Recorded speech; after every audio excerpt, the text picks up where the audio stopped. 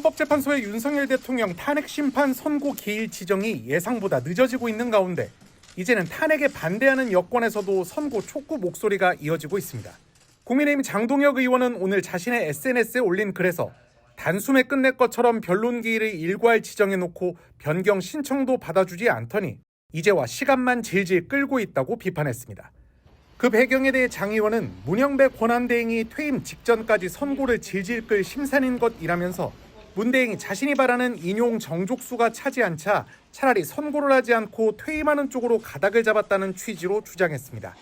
장 의원은 민주당을 향해서도 앞에서 신속하게 파면 선고를 하라고 겁박하고 뒤로는 마은혁 후보자가 임명될 때까지 기다리라고 압박하며 모순된 행동을 하고 있다고 비난했습니다. 같은 당 김기현 의원도 헌법재판소가 재판관 의견이 다르면 다른 대로 선고하면 된다며 빨리 선고하라고 촉구했습니다.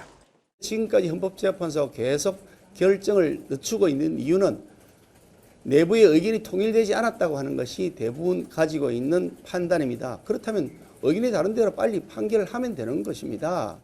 여권에서도 이 같은 주장이 나오는 건 헌법재판관 중에 기각 또는 각하 의견을 가진 이들이 최소 3명 이상 있음을 자신하기 때문 아니겠느냐는 해석이 나오고 있습니다. 결국 헌재의 선고가 예상보다 지연되면서 여야 양쪽에서 모두 빨리 선고하라는 요구가 빗발치고 있는 셈입니다. 일각에선 여권에서조차 선고를 촉구하는 목소리가 나온 만큼 이제는 헌재가 기일을 지정하더라도 논란이 되지 않을 정도로 시점이 무르익었다는 분석도 나오고 있습니다.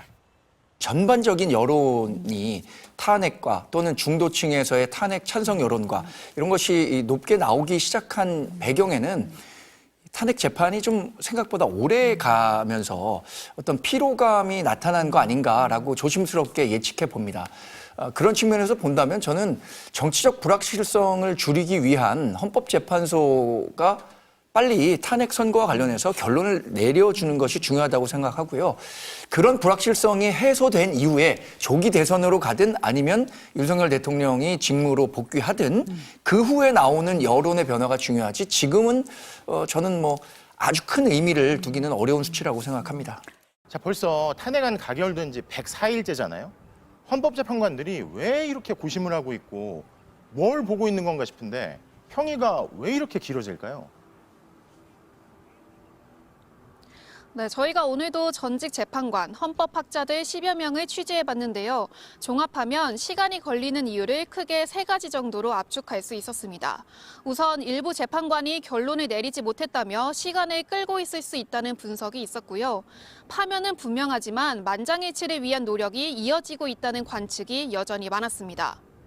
인용 의견이 확실한 재판관이 아직 5명이라 나머지 재판관들을 설득하는 데 시간이 걸리는 것 아니냐는 분석을 조심스레 내놓은 학자들도 있었습니다. 재판관들 평의는 오늘도 이어졌는데요.